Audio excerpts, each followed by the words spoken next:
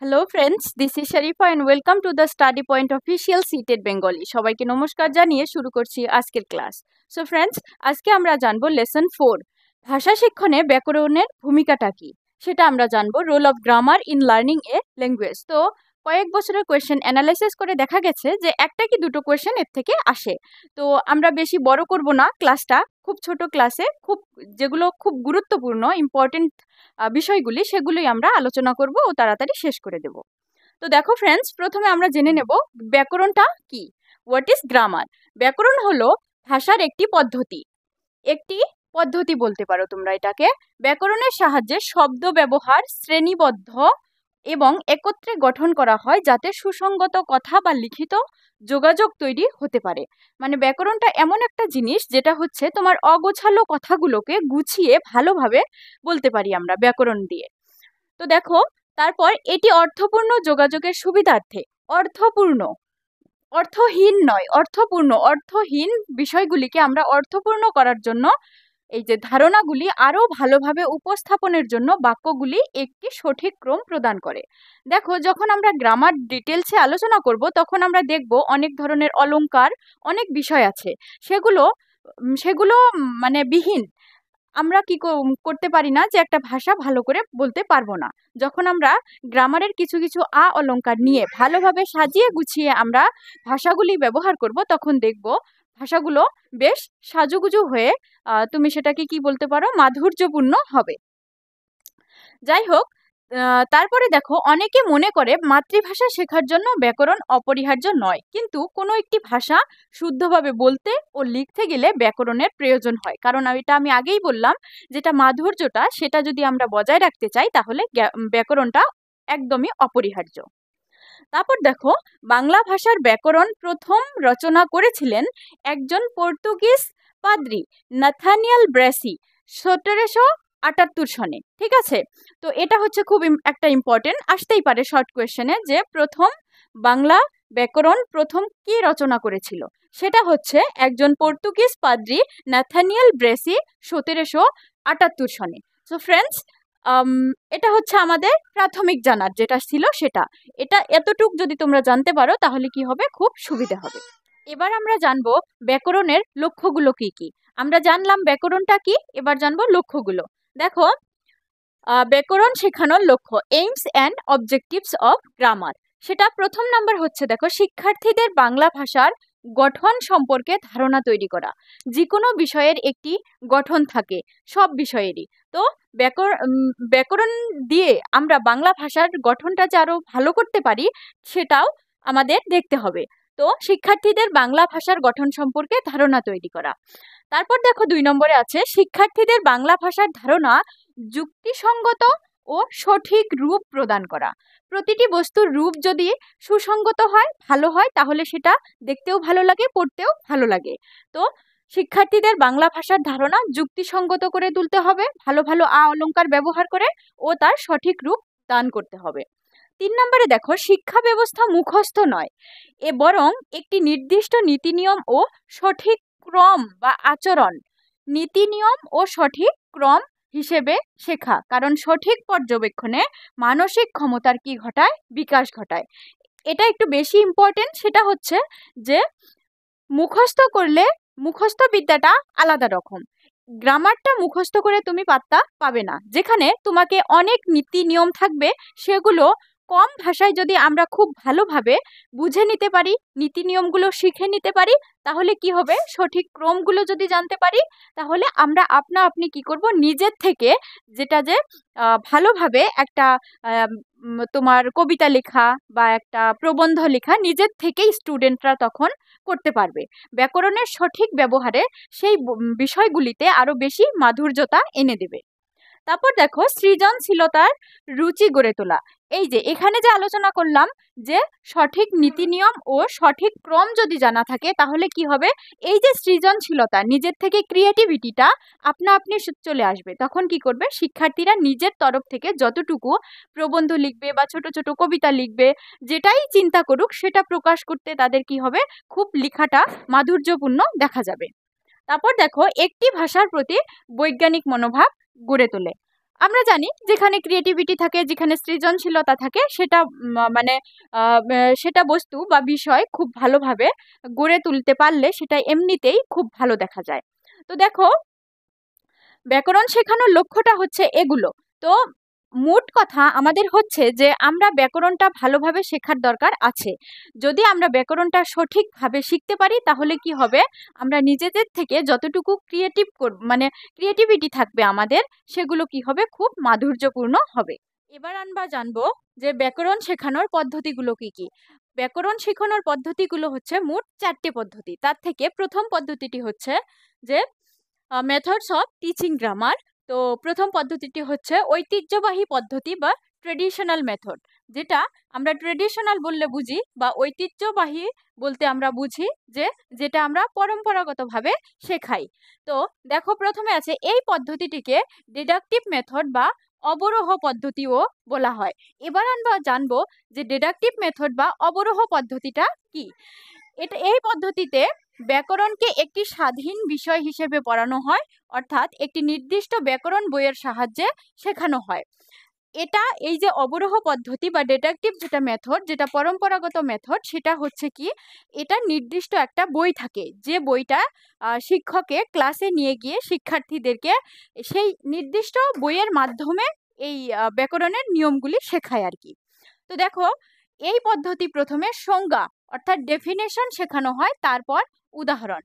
যেরকমটা এখানে আছে যে ঐতিহ্যবাহী পদ্ধতি বা ট্রেডিশনাল মেথড, যেটাকে অবরোহ পদ্ধতি বলা হয়, এই অবরোহ পদ্ধতিতে প্রথমতে আমরা ব্যাখ্যা করি, একটা বিষয়ে ব্যাখ্যা করা হয়, তারপর তার উদাহরণ দেওয়া হয়। প্রথমেই উদাহরণ দেওয়া হয় না, ঠিক আছে? তো এখানে দেখো একটা নোট আছে, সেটা হচ্ছে যে this method is not very effective as it is against the principles of teaching and students find it boring and ডাল। এটা বেশি একটা তোমরা সেটাকে বলতে পারো যে এর একটা বেশি ভালো ফলাফল নেই আর কি, এটার বেশি প্রয়োজন নেই। তো এটাকে স্টুডেন্টরা কি করে, ক্লাসে যখন শিক্ষকেরা নির্দিষ্ট একটি বই নিয়ে গিয়ে গ্রামারটা বা কি ব্যাকরণটা শেখানো শুরু করে দেয়, তখন কি হয়, স্টুডেন্টরা বেশি এটাতে আনন্দ পায় না বা ইন্টারেস্ট পায় না।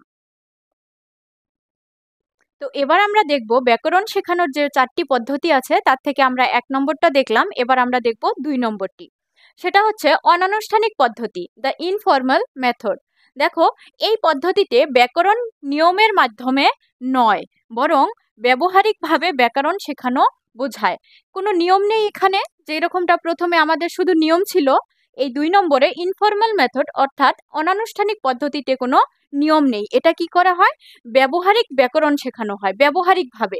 যেমনটা দেখো, কথা বলার, পড়ার এবং লেখার সময় শব্দ ব্যবহারের ধারাবাহিক অনুশীলনের মাধ্যমে ব্যাকরণের শিক্ষা বোঝায়। যেটা যেরকমটা শিক্ষার্থীরা কথা বলছে বা কি ধরো যে পড়া পড়ছে বা লেখা লিখছে, তো এগুলোর মাধ্যমে তাদেরকে কি করা হয়, কিছু নীতি নিয়ম শেখানো হয়। বাকি এগুলোতে সেরকম লিখিতভাবে কোনো নীতি নিয়ম নেই যে আমরা কি কি কথা বলার সময় কি কি শব্দ ব্যবহার করতে পারি, লেখার সময় কি কি নিয়ম ব্যবহার করতে পারি, বাকি ধরো পড়ার সময় কি কি নিয়ম ফলো করতে পারি, বাকি ধরো যে কতগুলো নিয়ম দেখতে পারি। তো এগুলোকে বোঝায় আর কি। তো এখানে একটা নোটস আছে, দেখো, sometimes this method becomes time consuming and may divert the attention of the students.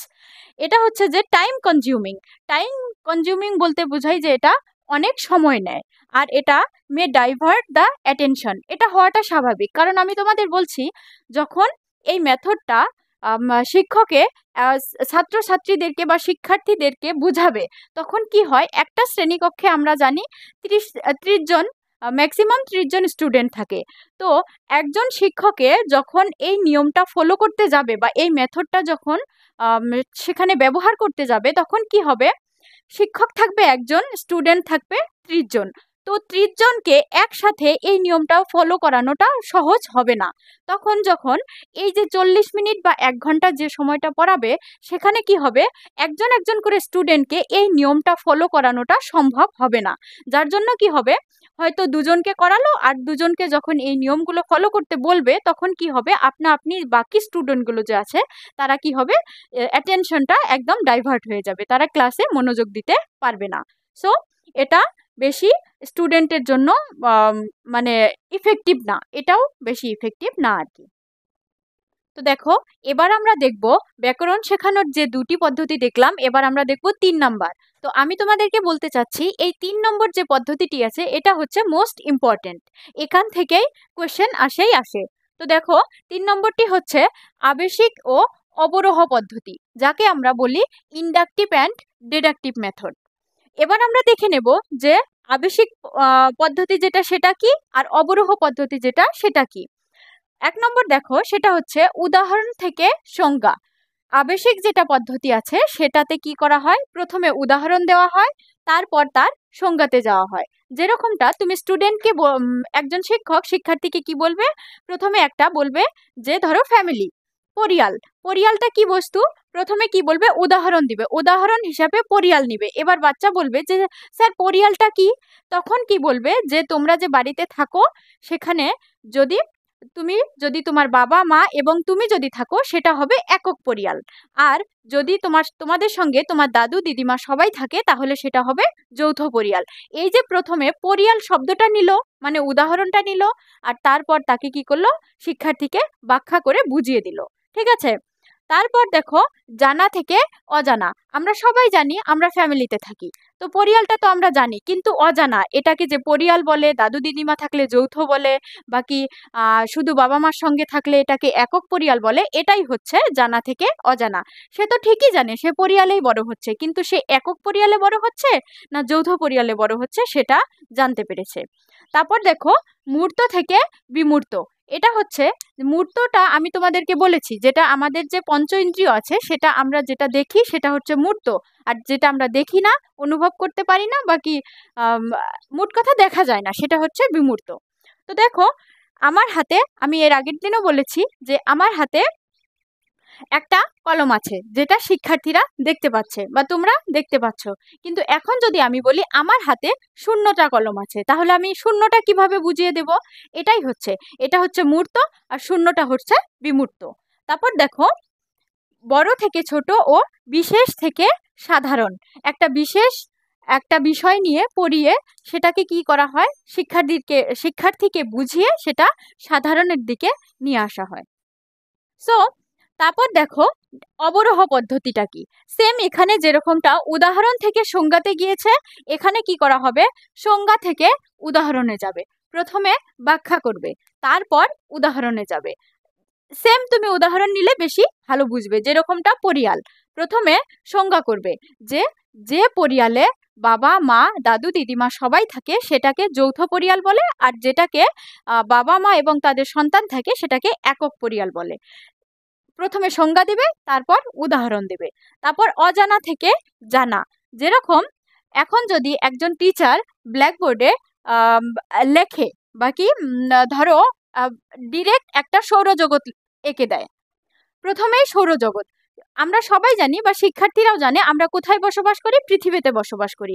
এবার শিক্ষকে যদি ডিরেক্ট একটা এরকম ভাবে সৌরজগৎ এঁকে দেয়, নিশ্চয় স্টুডেন্টরা জিজ্ঞেস করবে যে স্যার এটা আপনি কি লিখলেন, তখন বলবে যে তোমরা সবাই জানো যে আমরা পৃথিবীতে বাস করি, অ্যাকচুয়ালি পৃথিবীটা কোথায়, সৌরজগতে। তো এটাই হচ্ছে অজানা থেকে জানা, যে আমরা তো পৃথিবীতে বাস করি কিন্তু পৃথিবীটা কোথায় থাকে, সৌরজগতে থাকে।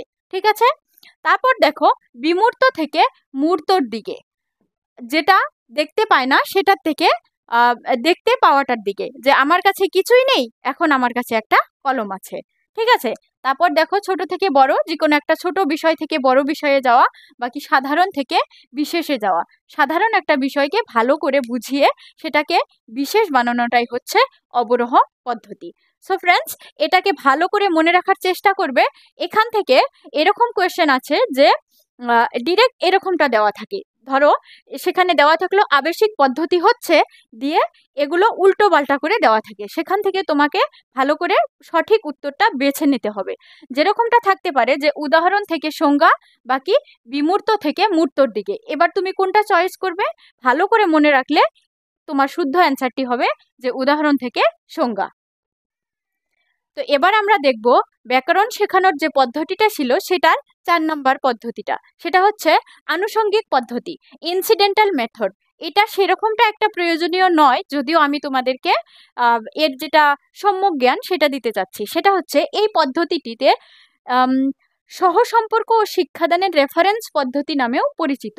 মানে একটা যখন তুমি পড়াবে তখন সেই পড়ার রেফারেন্সে যেগুলো ব্যাকরণ থাকবে সেগুলোর সাথে এর পরিচিত।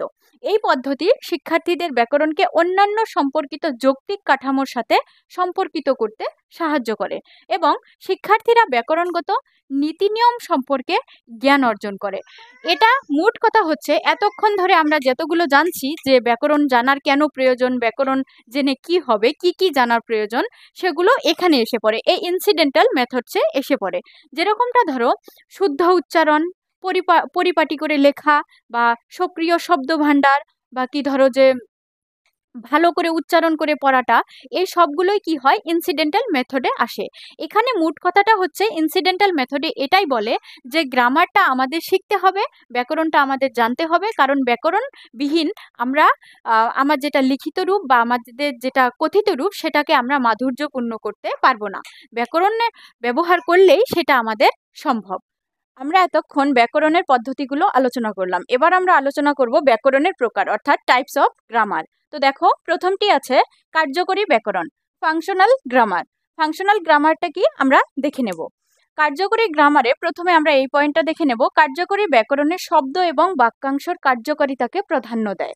এবার আমরা জানি যে ব্যাকরণের যে অংশগুলো আছে বা ব্যাকরণ যে আমরা ভাষাতে প্রয়োগ করছি বা লিখতে প্রয়োগ করছি, সেগুলো আমরা শব্দ বা বাক্যাংশতে কিভাবে প্রয়োগ করছি, বা সেই শব্দ বা বাক্যাংশতে যে ব্যাকরণগুলো আমরা ব্যবহার করছি সেগুলো কিভাবে কার্য করছে, বা সেগুলো আমরা কিভাবে খাটাতে পারছি আর কি, মোট কথা হচ্ছে।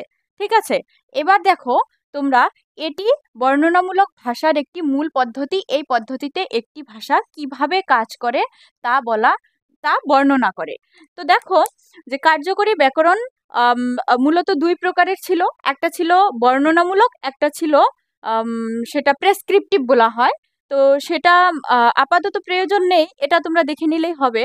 এটি বর্ণনামূলক ভাষার একটি মূল পদ্ধতি, যে আমরা একটা ভাষাকে যখন লিখি তখন বর্ণনা করতে হয়।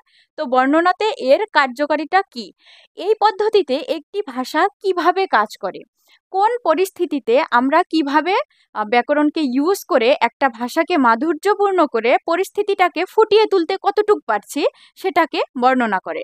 আর দ্বিতীয়টা তো বললামই যে শব্দ এবং বাক্যাংশের কার্যকারিতাকে বোঝায়। তো তারপর দেখো 2 নাম্বারটা, যে শিক্ষাগত ব্যাকরণ। এটা হচ্ছে প্যাডাগজিক্যাল গ্রামার। এটাতে কি হয়, শিক্ষাগত ব্যাকরণে শিক্ষার্থীদের বাংলা ব্যাকরণ কিভাবে কাজ করে। এবার কথা হচ্ছে আমরা কথিত একটা ব্যবহার করি, কোনো সময় কি হয় আমরা যেটা পিওর বাংলা সেটা কথিততে ব্যবহার করি, আবার মানে কোনো কোনো সময় আমাদের সেটা কি হয় এড়িয়ে যায়, সেটা হয় না। কি হয়, ঘরোয়া যেটা আমাদের বাংলা সেটা মিক্স হয়ে যায়। কিন্তু যখন আমরা লিখিত বাংলা লিখব তখন কি হয়, ব্যাকরণের ব্যবহারে যেটা বাংলা ব্যাকরণ সেটা ভালো করে ব্যবহার করে আমরা কি করব, লেখাটাকে প্রস্ফুটিত করে তোলার চেষ্টা করব। তো দেখো কিভাবে কাজ করে, তার ভিত্তিতে নিয়ম দেওয়ার উপর নির্ভর করে। মোট কথা হচ্ছে আমরা ব্যাকরণটা জানি যে একটা নিয়ম নীতির ভাণ্ডার, যেটা নিয়ম নীতির মাধ্যমে আমাদের কি করতে হয়, যেতে হয়। তারপর দেখো এটাতে কিভাবে বাংলা ভাষায় স্ট্যান্ডার্ড বাংলা ব্যবহার করে সেটা ভালো করে মানে শিখিয়ে দেয়। তো ঘুরে ঘুরে সেই একই কথা, সেটা হচ্ছে যে ব্যাকরণটা হচ্ছে আমাদের নিয়ম নীতির একটা ভাণ্ডার। তো আমরা লিখিত রূপ যখন দেব আমাদের ভাষাকে, তখন ব্যাকরণ ব্যবহার করে ভাষাটাকে অধিক থেকে অধিকতম মাধুর্যপূর্ণ করে তোলাটাই হচ্ছে ব্যাকরণের কাজ। এবার আমরা দেখব দুটো পয়েন্ট। তার থেকে প্রথম পয়েন্ট হচ্ছে যে ব্যাকরণ সব সময় বিষয়বস্তুর সঙ্গে সঙ্গতি বা মিল থাকতে হবে, রেখে পড়াতে লাগে। এবার দেখা গেল শিক্ষক একটা বিষয় পড়ানোর পর সেই বিষয়ের সঙ্গে যেটা গ্রামার তোমার মিল আছে বা সঙ্গতি আছে, দেখা যায় যে বিষয়টাতে শুধু সমার্থক বা বিপরীত শব্দর সঙ্গেই মানে গ্রামারটা পড়াতে লাগবে। তখন শিক্ষকে কি করবে, গ্রামারের অন্য কোনো বিষয় আলোচনা না করে তখন ক্লাসে বিষয়টা শেষ হওয়ার পরে সমার্থক বা বিপরীত শব্দটা কি সেটা বুঝিয়ে দিয়ে সেই বিষয়টার সঙ্গে মিলিয়ে দিয়ে কোয়েশ্চেন অ্যান্সারগুলো সলভ করে দেবে। তো এবার আমরা দেখব সম্পূর্ণ শারীরিক প্রতিক্রিয়া, টোটাল ফিজিক্যাল রেসপন্স, যাকে শর্ট শর্ট নেম আছে সেটা হচ্ছে টিপিআর। যখন কোয়েশ্চেনে তোমাদের থাকবে তখন সম্পূর্ণ শারীরিক প্রতিক্রিয়া তো থাকবে, তখন ব্রেকেটে কি দেওয়া থাকবে, টিপিআর বলে দেওয়া থাকবে। সেটা দেখে তোমাদের বুঝে নিতে হবে। তারপর দেখো, এই পদ্ধতিটির অন্য একটি নাম হচ্ছে আর্মি মেথড। এই পদ্ধতির জনক হচ্ছে জেমস অ্যাশের। এগুলো তোমাদের কি হবে, ভালো করে বুঝে নিয়ে মনে রাখতে হবে। সেগুলো ডিরেক্ট কখনো কখনো 1 মার্কের কোয়েশ্চেন দেওয়া থাকে, তো এগুলো তোমাদের ভালো করে মনে রাখতে হবে। তারপর দেখো 3 নম্বর পয়েন্টে আছে, এই পদ্ধতিতে শারীরিক অঙ্গিভঙ্গির মাধ্যমে শিক্ষার্থীদের শেখানো হয়। এবার ছোট বাচ্চাদের কি হয়, যখন তুমি মুখস্থ করাতে চাইবে, এটা একদমই ঠিক না। সেটা তাদের কি করতে হয়, ভালো করে বুঝিয়ে বুঝিয়ে তাদের ভিতরে ঢুকিয়ে দিতে হয়। সেটা কিভাবে করবে, যেরকমটা আমি বলছি এখন। দেখো প্রাইমারিতে এরকম হয় যে তুমি তাদের চোখ, নাক, কান, মাথা, হাত কিভাবে বুঝিয়ে দিবে। যখন ছোট বাচ্চা থাকবে তখন কবিতার আকারে অঙ্গি ভঙ্গি করে তাদের যখন দেখিয়ে দেবে যে এই হলো আমার মাথা, এই দুটি হাত, এই দুটি চোখ, আমার এই একটি নাক, সঙ্গে আছে মুখ। দেখো এরকম ভাবে যখন তুমি আরো ভালোভাবে দেখিয়ে দেবে তখন কি হবে, বাচ্চারা অনেক খুশি হয়ে যাবে। খুশি হয়ে তখন তাদের মনে রাখতে অনেক সুবিধে হবে। আর যখন তুমি কড়া ভাবে তাদের মুখস্থ করতে বলবে বা অঙ্গি ভঙ্গি না করে খুব কর্কট ভাবে বলবে, তখন তারা কি হবে, ক্লাসে মনোযোগী হতে পারবে না। তো তারপর দেখো, যদিও টিপিআর শব্দটি সাধারণত ভাষা শিক্ষার সঙ্গে সম্পর্কিত, তবে কবিতা আবৃত্তির ক্ষেত্রেও এর একটা প্রাসঙ্গিকতা রয়েছে। যেটা আমি এখন দেখতে পাচ্ছি যে এটা বেশি কবিতার সঙ্গেই জড়িত। সেটা হচ্ছে যে তুমি যত তোমার হাত পা নাড়িয়ে তাদেরকে রেসপন্স করে যেভাবে শেখাবে, সেটাই বেশি কার্যকারিতা করবে। সো ফ্রেন্ডস, আমরা দেখলাম যে লেসন 4 ভাষা শিক্ষণে ব্যাকরণের ভূমিকাতে কি কি রয়েছে সম্পূর্ণ আমরা আলোচনা করলাম। লাস্ট আমি যে দুটি পয়েন্ট আলোচনা করলাম, সেটা আমরা কোয়েশ্চেনগুলো অ্যানালাইসিস করে দেখতে পেরেছি যে এখান থেকে মোস্ট কোয়েশ্চেন আসার চান্স থাকে, বাকি কোয়েশ্চেন আসে আর কি। তো তোমরা এগুলো মুঠেও স্কিপ করবে না, ভালো করে মনে রাখবে, ঠিক আছে? তারপর আজকে তাহলে শেষ লেসন নাম্বার 4। তো যদি ভিডিওটা ভালো লেগে থাকে, লাইক করবে, কমেন্ট করবে, শেয়ার করবে এবং সাবস্ক্রাইব করে দিও। ধন্যবাদ।